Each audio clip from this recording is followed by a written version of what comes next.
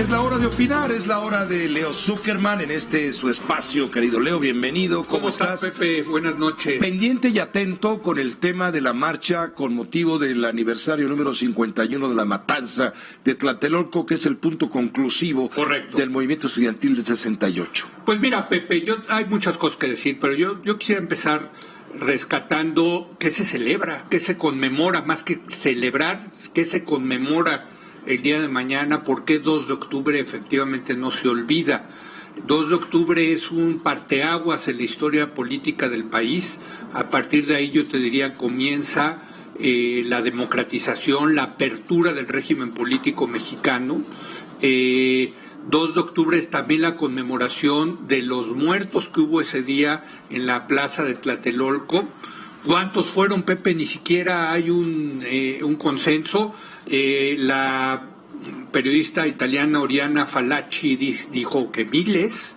The Guardian, el periódico británico, lo calculó en 325. En la estela conmemorativa que está en la Plaza de las Tres Culturas hay 38 nombres. Y a partir de los resultados de la Fiscalía Especial que abrió Vicente Fox, ¿te acuerdas que su titular era Ignacio Carrillo Prieto? Jorge G. Castañeda, nuestro amigo, ha calculado que fueron 68, fíjate, el día del 68 fueron 68 los muertos allí en la plaza, y que de todo el movimiento habrían sido entre 81 hasta 89 los muertos. Desde luego, ya no contamos los detenidos y... Claro. En fin. Bueno, pero sí, entre 38 y miles, pues ¿no? Pues sí hay una gran diferencia. Lo que pasa es que Oriana Fallaci resultó lesionada en el 2 de octubre, justamente, la noche de Tlatelolco. Ella estaba en el edificio Chihuahua asistiendo al meeting que finalmente fue disuelto a balazos. Así es. Ahora, es un movimiento muy interesante del cual ya se ha escrito mucho. Hay un estupendo programa de televisión narrado quizá con exceso de protagonismo para Fernando Gutiérrez Barrios, que fue un hombre culminante en el manejo político de aquella época, cuando se disputaba la sucesión presidencial.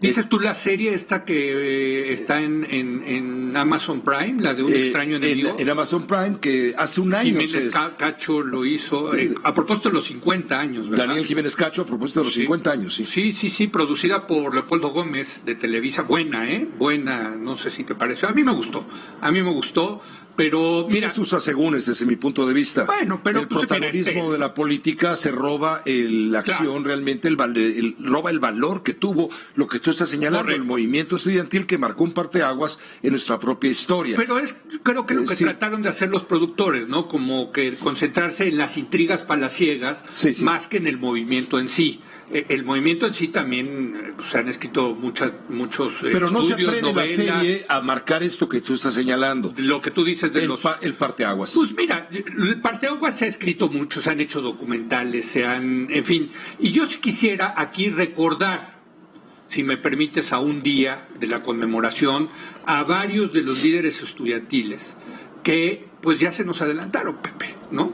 Y estoy hablando de Marcelino Perelló, de Eduardo Valle, ¿te acuerdas? El Búho, mi querido Búho. El Luis Tomás Cervantes Cabeza de Vaca, Raúl Álvarez Garín, Roberto Escudero y mi muy querido, quiero decirte, Luis González de Alba, que hace 3 años precisamente se suicidó el 2 de octubre con una pistola que se puso al corazón en una fecha muy emblemática para él.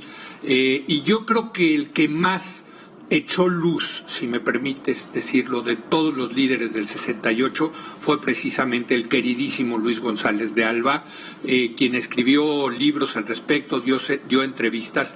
Y fíjate, estaba recuperando lo que dijo Luis González de Alba en una entrevista que le hicieron en la revista Nexos. Si me permites, lo cito rápidamente. Por favor. Y dice González de Alba: yo digo que todo joven se sentía de alguna forma preso, hundido. México era un país de prohibiciones. Lo dijo bien Díaz Ordaz en su informe el 1 de septiembre. Habíamos querido ser un islote intocado. Y sí, de ese islote intocado era de lo que estábamos hartos. Todos, sin considerar ideologías. Había prohibición de cómo vestirte, cómo dejarte el cabello. No había conciertos de rock.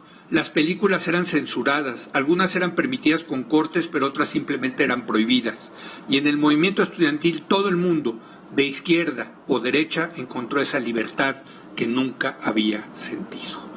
Me parece buenísima la cita de Luis González de Alba, porque precisamente lo que Luis siempre dijo es que fue un movimiento no como se piensa de izquierda, que lo que decía Luis González es que luego la izquierda se lo apropió de alguna manera el movimiento, que más que ser un movimiento izquierda o de derecha era un movimiento de jóvenes estudiantes privilegiados, también decía Luis González de Alba, que se sentían oprimidos por ese tenemos una parte justamente de un comentario del propio admirado Luis González de Alba. Ah, qué maravilla. Hartos de ser el islote intocado.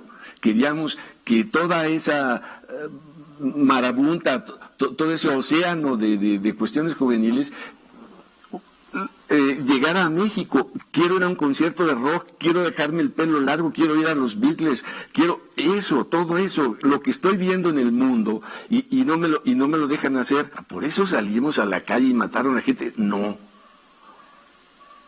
pero yo creo que fue mucho de lo que se movió.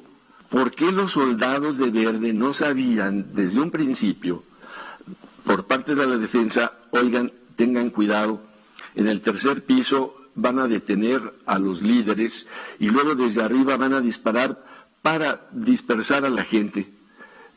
No les disparen, ellos son militares, son soldados. ¿Por qué no saben eso los soldados? ¿Y por qué el Olimpia se sorprende tanto? Porque ellos creían que eran parte de un operativo armado, organizado, que los soldados sabían y no sabían. Lo que les sorprende es que no sepan. Llegamos hasta Gómez Tagle, que es el comandante del Olimpia, pero ¿y quién mandó a Gómez Tagle? Tuvo que ser un alto mando, pero no la defensa, porque si es la defensa, entonces la defensa sabe, ahí va a haber soldados, no vayan a disparar. Nada más desalojar la plaza. Lo que pone en evidencia la serie a la que hicimos referencia, la serie producida por Leopoldo Gómez en Televisa, lo que pone en evidencia justamente es que hubo una traición al ejército.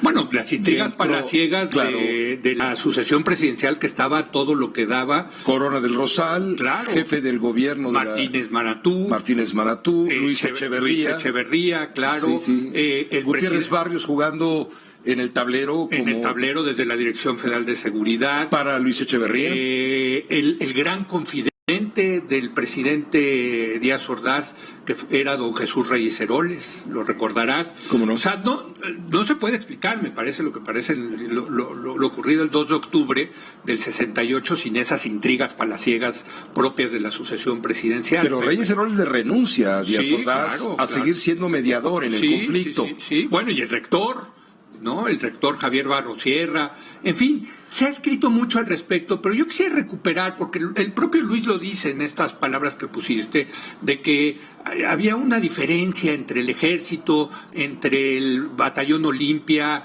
los famosos del guante blanco, etcétera, pero yo quisiera rescatar el movimiento, otra vez el movimiento estudiantil, un movimiento de jóvenes propios de los 60 que estaban, déjame ponértelo así, perdón, me vas a disculpar el exabrupto, que estaban hasta la madre de un sistema político, de un sistema cultural, de un sistema social, económico cerrado, Pepe, y querían echar desmadre, estaban hasta la madre y querían echar desmadre, y creo que esto me lleva a la conmemoración, en lo que se ha convertido las conmemoraciones, ¿no? Ahora se está temiendo que la conmemoración de mañana esté amenazada, secuestrada por un grupo de vándalos. De vándalos, lleva muchos años. A los cuales no los puedes tocar ni con el pétalo de un calificativo, de una macana. Y ahí entra ya el tema de no importa si arrasan con violencia cuando encuentren a su paso. Bueno, ahí ya entra el debate de los jóvenes del 68, hace 51 años,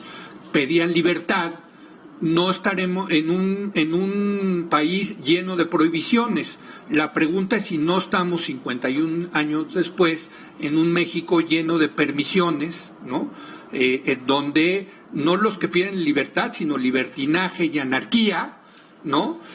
Pueden, si con toda impunidad y con la policía viéndolos, quemar comercios, Pepe. Eso no estaba en la agenda de los jóvenes del 68. Para ti, para mí, 2 de octubre no se olvida, y para los de hoy, 2 de octubre no se cuida.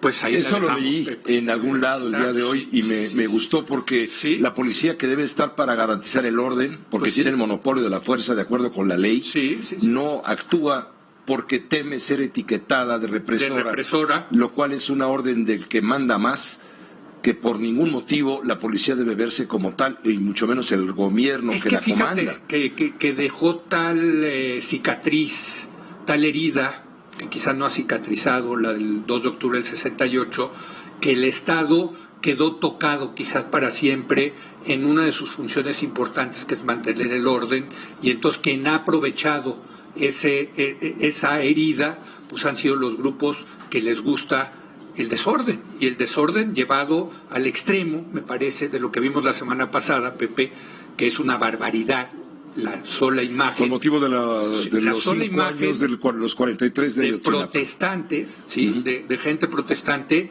quemando una librería, Pepe. Una librería. Sí, el mostrador, cuando menos, de la librería Gandhi, porque leer es burgués. Quemando leer libros. Es burgués, gritaban. Bueno, yo creo que si Luis González de Alba, en paz descanse, o Marcelino Perelló, o el Búho, hubieran visto estas imágenes, se hubieran escandalizado. Porque, entre otras cosas, todos los líderes del 68 era gente inteligentísima, yo te diría de primer nivel, gente leída, y gente que, por cierto, nunca, también hay que decirlo, siempre acabó siendo brillante desde el punto de vista intelectual, Pepe.